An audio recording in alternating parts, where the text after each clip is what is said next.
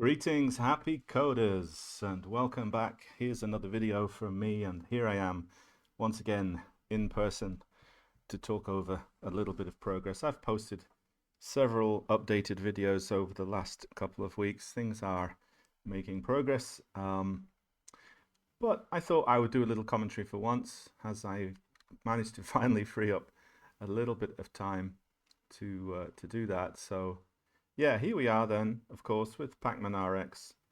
And I thought this one was quite fun and worthy of a mention, a little bit of discussion. Thought you might enjoy it. So let's load it up.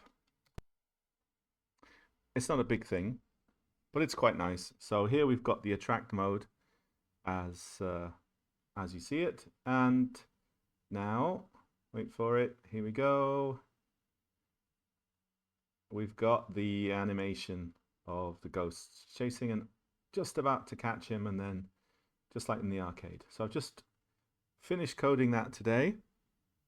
Now normally the game goes into an actual attract mode like in the arcade, but here I've decided to just put this on a loop.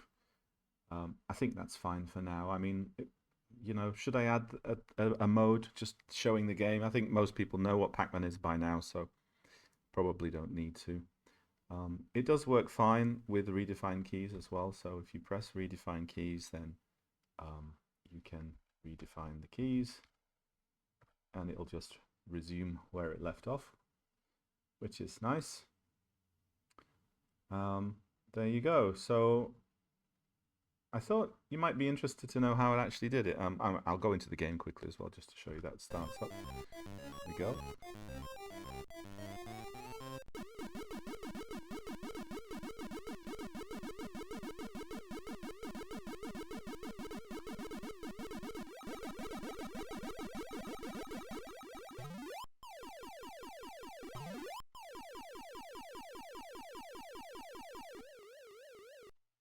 Okay, so as mentioned in the previous video, I've updated and recoded the sound routine, the background sounds, so that we get the eyes and other things not overlapping, so that all got sorted out as well.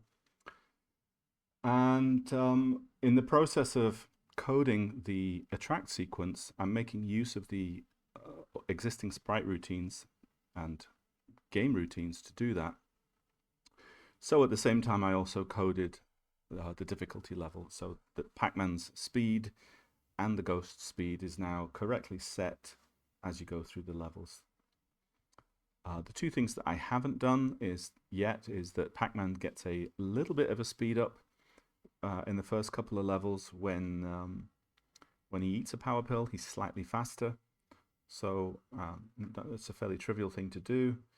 And additionally, there is the question of what's called Cruise Elroy. So if you don't know what Cruise Elroy is, basically the red ghost, Clyde, is a very aggressive ghost, and when you have 20 pills left, he speeds up, and when you have 10 left, he speeds up even more. So he becomes increasingly angry, so to speak, or at least eager, let's say.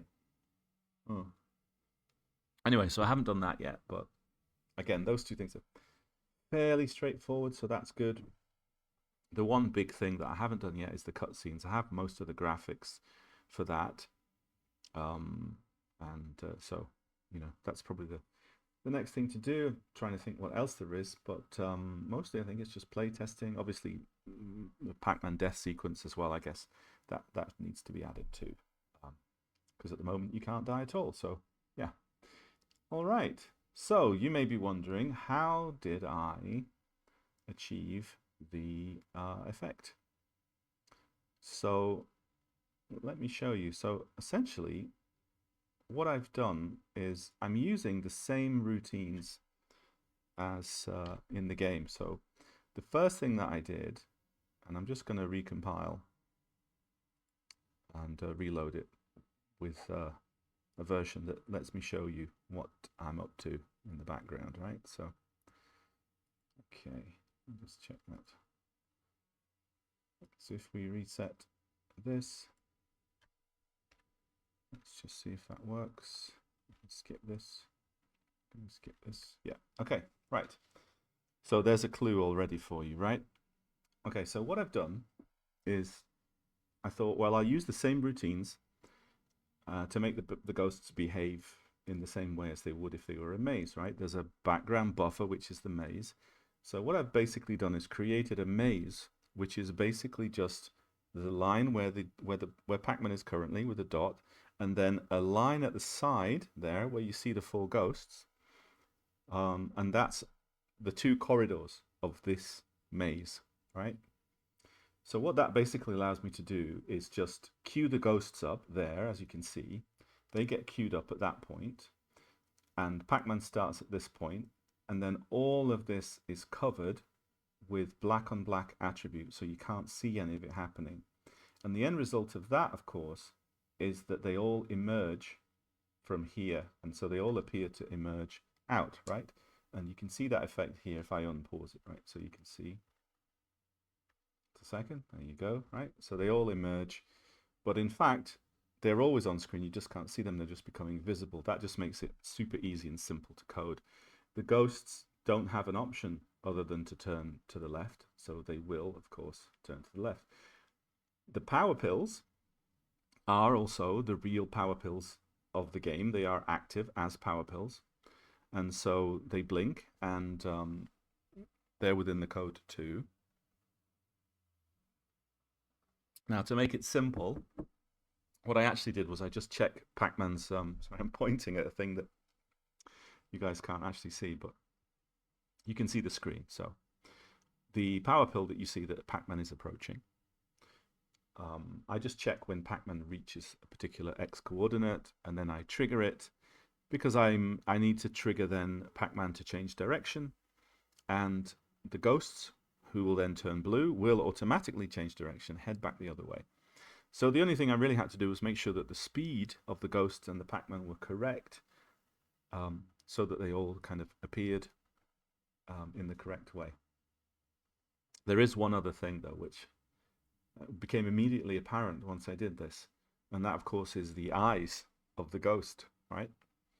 So initially when I did it, of course, the eyes, the ghost got eaten, and then the eyes just started bouncing around, trying to get to the ghost house, which didn't exist. So they just bounced around forever. So I had to get rid of the eyes. That's slightly more complicated than it seems, because there isn't within the code, there isn't an option for me to turn the ghosts off. They always exist within the game. There are always four of them. They're either active, or they're blue, or they're eyes, right? Or they're in the house or whatever. There isn't an option for them to be removed. Okay, so that was when I hit upon the idea of doing this, right? So watch what happens when the ghosts get eaten in this attract sequence. Ready? Here we go. Watch. 1, 2, 3, 4. Right, you see that? So what I do is I override the ghost after the ghosts have been updated. I override the code and push each ghost one by one into these start positions here, ready to be turned back into regular ghosts, who then flow back as usual. So you'll see that now, right? So they're all set up, and then Pacman gets across to here, and then once he's off screen, there's a delay, which is basically the timer for the blue ghosts. So once the blue ghost timer runs out, I set it at about, I think, 10 seconds. So once the blue ghost timer runs out, those eyes get turned back into regular ghosts, and then the whole sequence starts again. So you can see that. If I just pause it, there you go, and wait for a second, and reactivate like that, right? So again, once those eyes are eaten, they just disappear. As far as the viewer player is concerned, they're not there, but they're on screen, but they're just invisible because I have a little handy hiding place that I can put them. So that was quite a nice trick, and I thought you guys might appreciate seeing that. It's a kind of very simple way to make use of the existing code without having to write too much additional code, which means that the eyes are still being drawn. I don't have to try and stop them being drawn or anything. I just shift them all over there and use an attribute blocker so that I don't have to worry about the sprite in terms of shifting as well. You know, like I don't have to if you've watched my previous videos, you'll know I had to do that with the tunnel because the tunnel was on half a character square. To get it accurate, I had to do that. But on this one, it's literally just smoke and mirrors, obfuscation, simple as that. And, you know, the simplest solutions are quite often the best ones. Right. So, yeah, I hope you enjoyed seeing that. I thought it would be interesting. I've got a few more things to finish, which I've already mentioned. I'll be getting on with those in the next, hopefully this weekend and a little bit more.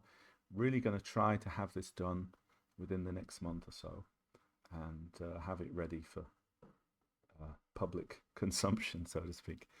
But in the meantime, look after yourselves. And as always, happy coding. Take care. Bye bye.